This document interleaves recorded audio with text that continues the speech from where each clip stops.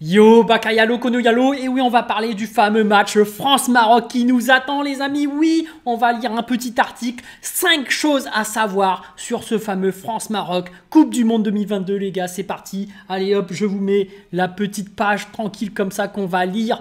Apparemment, c'est un site qui est sur Europe 1 officiel. On va lire tout simplement Coupe du Monde 2022, 5 choses à savoir sur la demi-finale France-Maroc. Et on a une super belle image avec l'équipe de France qui font la fête et tout. Donc la demi-finale de la Coupe du Monde 2022 entre la France et le Maroc à suivre en direct sur Europe 1 est un événement historique qui marquera le monde du football. Peu importe le résultat, voici les 5 choses à savoir sur le choc entre l'escouade de Didier Deschamps et les Lions de l'Atlas de Walid Regragui. J-2 avant la demi-finale de Coupe du Monde tant attendue entre la France et le Maroc à suivre en direct sur Europe 1. Mais nous, on va le suivre à la télé, évidemment. On va pas le suivre en mode radio, non. J'espère qu'il sera sur TF1 parce que sinon, là, il va falloir que je trouve un bar vite. Mais a priori, c'est sur TF1, les amis. Donc, on va regarder ça. Samedi dernier, les deux nations se sont qualifiées pour le dernier carré de la compétition au Qatar. Si les Bleus ont dominé les Anglais 2-1, les Français n'ont pas trop dominé, mais ont gagné 2-1. Il faut être factuel quand même. Mais bon, les Lions de l'Atlas, eux, sont venus à bout du Portugal de Cristiano Ronaldo 1-0. À quelques jours de la rencontre, que faut-il savoir sur la confrontation? Deux effectifs qui se connaissent bien, un parcours historique pour le Maroc, une première lors d'un mondial. Europe 1 revient sur les 5 choses à connaître avant le choc France-Maroc. Oh là là, ça va être terrible. Le Maroc, premier pays africain en demi-finale de Coupe du Monde. La 22e édition de Coupe du Monde, la première organisée dans un pays arabe, le Qatar sourit aux joueurs de Walid Regragui qui défieront mercredi prochain pour une place en finale la France, victorieuse de l'Angleterre. Ah, ça va être ouf. Le Maroc a réalisé l'exploit samedi dernier en battant le Portugal et franchement, chapeau, je suis très content pour eux. Franchement, incroyable ce match. Tu sentais que le Maroc, ils étaient à fond dedans. Ils ont donné tout ce qu'ils avaient. Ça fait du bien de voir des gens qui ont envie, tu vois, d'aller chercher la coupe. Et ça, on va voir s'ils vont aller plus loin, bien évidemment. Mais voilà. Le Maroc a réalisé l'exploit samedi dernier en battant le Portugal, une victoire historique pour le continent africain. Les Marocains sont donc les premiers à se hisser dans le dernier carré d'un mondial. Avant eux, seules 3 nations africaines avaient atteint les quarts de finale, le Cameroun 1990, le Sénégal 2002 et le Ghana 2010. Comme quoi aussi les pays autres que les pays européens se développent et tu vois que leur football augmente de niveau. Et ça, c'est cool de voir un pays africain. Donc voilà, qui va aussi haut. Peut-être qu'un jour, il y aura un pays africain qui va gagner la Coupe du Monde. Et peut-être que c'est celui-ci. Peut-être que le Maroc, c'est possible. Tout est possible dans le foot. Tout est possible dans la Coupe du Monde. Peut-être que c'est cette année que le Maroc va gagner la Coupe du Monde. Mais en tant que Français, voilà, moi je suis supporter de l'équipe de France. Donc évidemment, je veux que l'équipe de France gagne. Voilà. Donc si vous voulez savoir pour qui je suis, c'est dit. France-Maroc, une première en Coupe du Monde. Si une demi-finale de Coupe du Monde est une première pour le Maroc, affronter les Bleus lors d'un mondial l'est aussi. Il n'y a eu que 5 confrontations dans toute l'histoire entre la France et les Lions de l'Atlas. La 6e, qui aura lieu mercredi prochain 20h, sera la première lors d'une compétition officielle. Jusqu'ici, le bilan reste favorable à la sélection tricolore. 3 victoires, 1 match nul et 1 autre gagné par le Maroc au tir au but. Le dernier duel entre les deux nations remonte à 2007. Les Marocains avaient réussi à accrocher les Bleus 2-2 sur la pelouse du Stade de France. Mais là, c'est quand même une Coupe du Monde. Ils vont tout donner. C'est ça qui est incroyable. Mais les Français aussi, parce qu'ils veulent la coupe. Il ne faut pas l'oublier ça. La grande amitié entre Kylian Mbappé et Achraf Hakimi.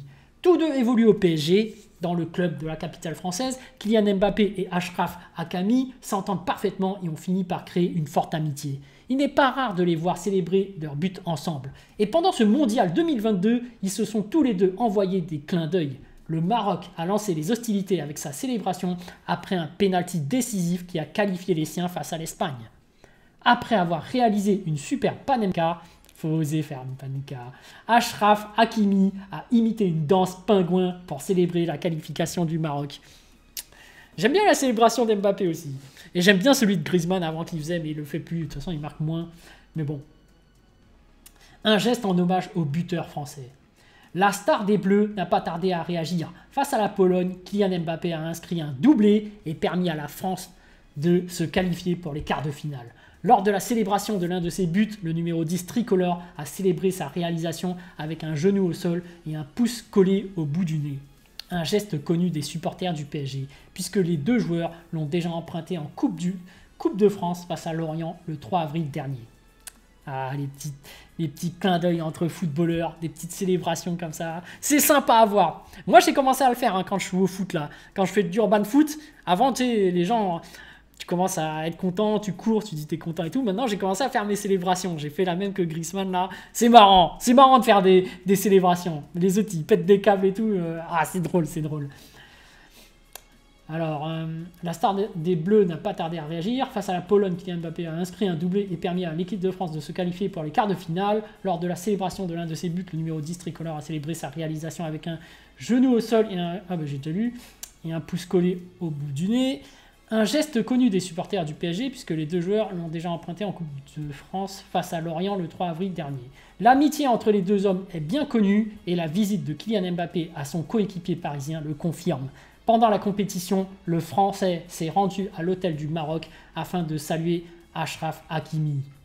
Ok, ça c'est cool, ils sont vraiment potes, ils sont allés le voir, ils sont allés se dire bonjour et tout, c'est cool. Olivier Giroud et Walid Regragui, souvenir grenoblois. Cette demi-finale entre la France et le Maroc est le moment pour Olivier Giroud et Walid Regragui de se retrouver. Deux hommes, deux postes différents, et pourtant, ils ont bien évolué ensemble du côté de Grenoble. L'un est le meilleur buteur des Bleus à 36 ans, avec 53 buts. L'autre, meilleur buteur de l'équipe de France. Dingue. L'autre est âgé de 47 ans et est le sélectionneur du Maroc. Il serait exagéré de dire que les deux hommes se connaissent parfaitement. Pourtant, ils ont évolué sous le même maillot à Grenoble pendant quelques semaines en 2008. L'aventure sera de courte durée puisque le numéro 9 des Bleus a rejoint le Tour FC. Les deux hommes ont seulement pu disputer une mi-temps ensemble lors d'un match amical contre Strasbourg avant qu'Olivier Giroud ne rejoigne les Tourangeaux. Ok, Yacine Bounou, la muraille. Première équipe africaine à atteindre les demi-finales au mondial, le Maroc s'appuie sur une défense solidaire malgré les pépins physiques. Aguer et Nousser Mazraoui ont déclaré forfait pour le quart de finale. Et un gardien en état de grâce, Yacine Bounou. Les hommes de Regragui n'ont encaissé qu'un seul but dans cette compétition. Contre le Canada en phase de groupe, victoire 2-1. Et encore, celui-ci a été marqué contre leur camp par Aguer. Vainqueur 2-0 de la Belgique, les Marocains ont aussi tenu en échec la Croatie 0-0, vice-championne en titre pour terminer en tête du groupe F. Chapeau, franchement. Depuis le début, ils ont quand même jarté des gros. C'est pas des petits, eux. Hein. La Belgique et tout, ça faisait partie des équipes incroyables qui étaient prétendants au titre. Donc voilà. Chez les Bleus, au contraire, la défense n'est pas infranchissable. C'est clair. Les hommes de Didier Deschamps ont encaissé un but lors de chacune de leurs rencontres, 5 au total. L'équipe de France devra donc trouver la bonne stratégie pour franchir le mur. Yacine Bounou, héros de tout un peuple depuis le début de la compétition. Quant à Hugo Lloris, il devra une fois de plus montrer tout l'étendue de son talent et de son expérience, comme il l'a fait face aux Anglais et à son ami Harry Kane. Franchement, super efficace. Super efficace. Enfin voilà, petit article à lire, tranquille, donc par rapport à l'équipe de France. Et puis sur ce, je vous dis à plus dans le bus, ou plutôt à plus tard dans le car, ou plutôt à bientôt dans le bateau. Oui, j'ai envie de parler de foot, donc je fais des vidéos de foot. Tant pis pour l'algorithme, voilà, allez, tchuss.